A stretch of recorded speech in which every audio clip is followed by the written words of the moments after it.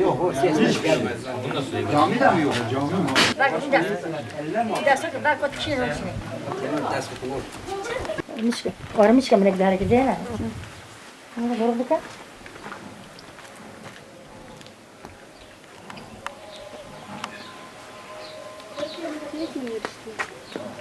Geldi bir şeyler.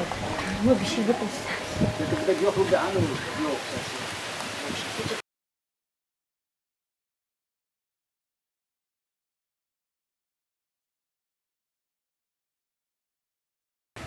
Sadece telefona basın.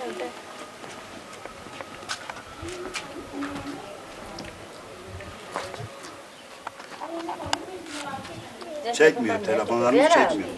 Burada o.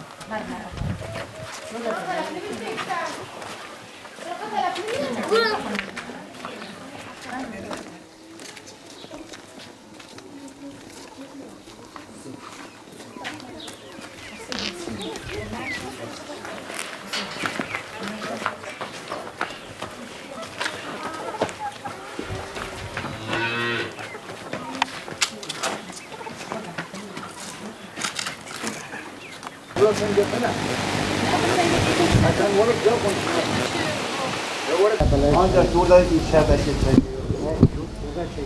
Burada buraya ulaşana kadar.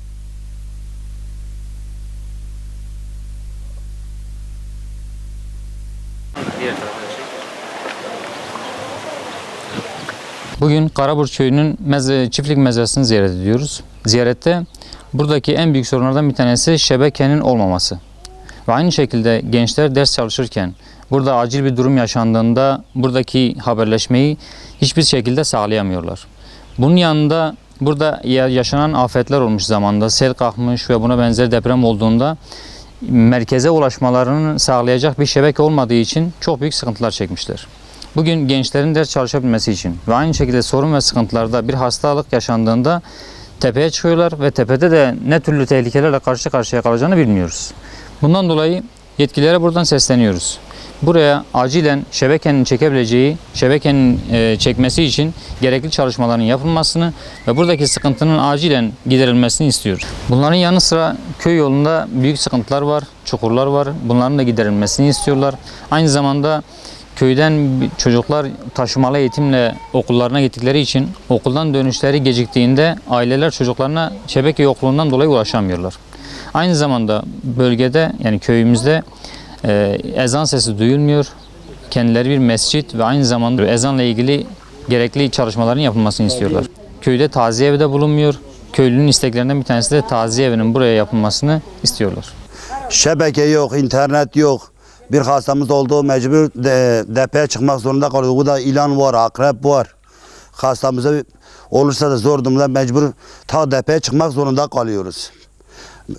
Mümkünse yetkililerden bir internetle şebekeyi bekliyoruz. Artı camimiz yok, taziye evimiz yok.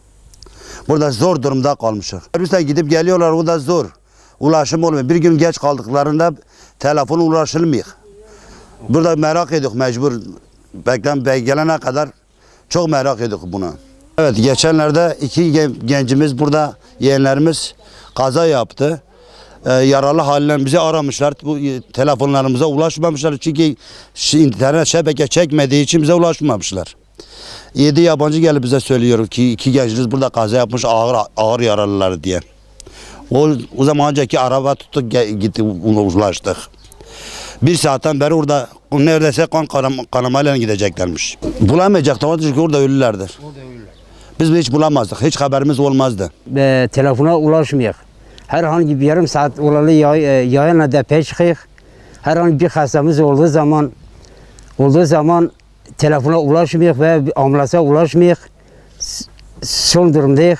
Bize mümkünse bize internet ve bir direkt bizim devlet bağlasa çok güzel olur. Hepsi kaya ve hepsi yorat, hep ilan herhangisi olabilir.